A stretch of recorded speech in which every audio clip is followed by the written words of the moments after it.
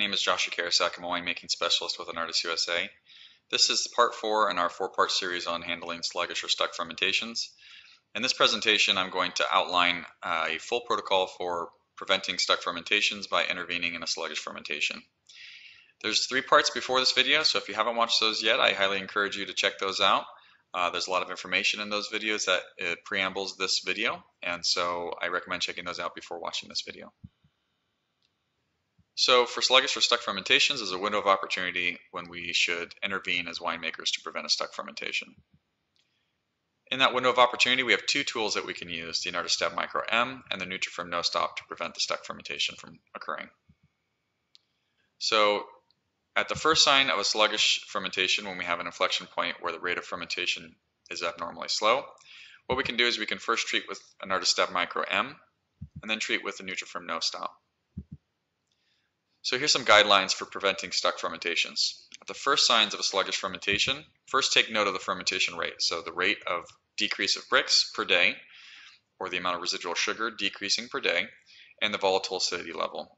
This is basically critical to ensure that if you're intervening, that you can actually track to see if your intervention is working, and also to ensure that your volatile acidity isn't increasing by spoilage microbes.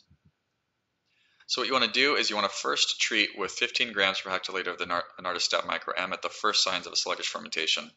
So how you do that is you mix it into the juice or must. You want to mix it for at least 30 minutes to an hour, so it takes a little bit of time to mix it in.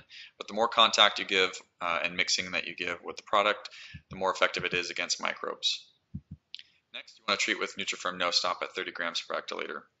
So with the Enartis Stab Micro M, you're removing the competition from the must.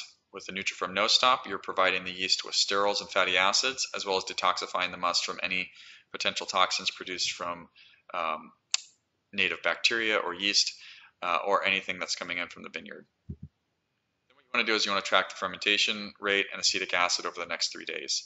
If the fermentation rate increases or kicks back up again, then you want to just track the fermentation progression until you get down to your level of dryness, either 1 gram per liter or half a gram per liter, whatever your preference is. If the fermentation rate continues to decrease and you don't have an increase in the fermentation rate, then what you want to do is probably look at a full yeast acclimatization. And with that, you can watch part 1 of this video series to detail how you can do that. Hopefully you don't have to get to that point, and in most cases when you treat with the NutriFerm No Stop and Stab Micro M at a sluggish fermentation, you can prevent that from occurring. Some other tips to prevent sluggish fermentations from occurring in the first place: proper nutrition and robust yeast are 2 of the best ways that we can do that. So measure and maintain the proper nutrition in the must. Nitrogen is a big consideration, so generally speaking 10 milligrams per liter of yan per Brix fermented is a good rule of thumb. So for 25 Brix you have 250 milligrams per liter of yan recommended.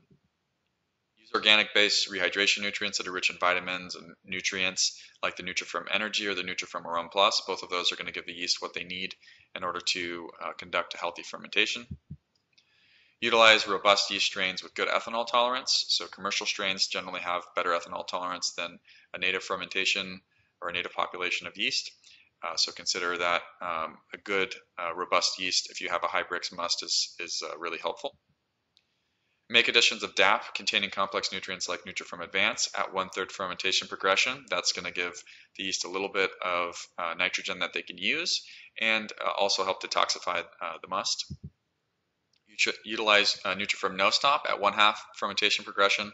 That's a good preventative measure.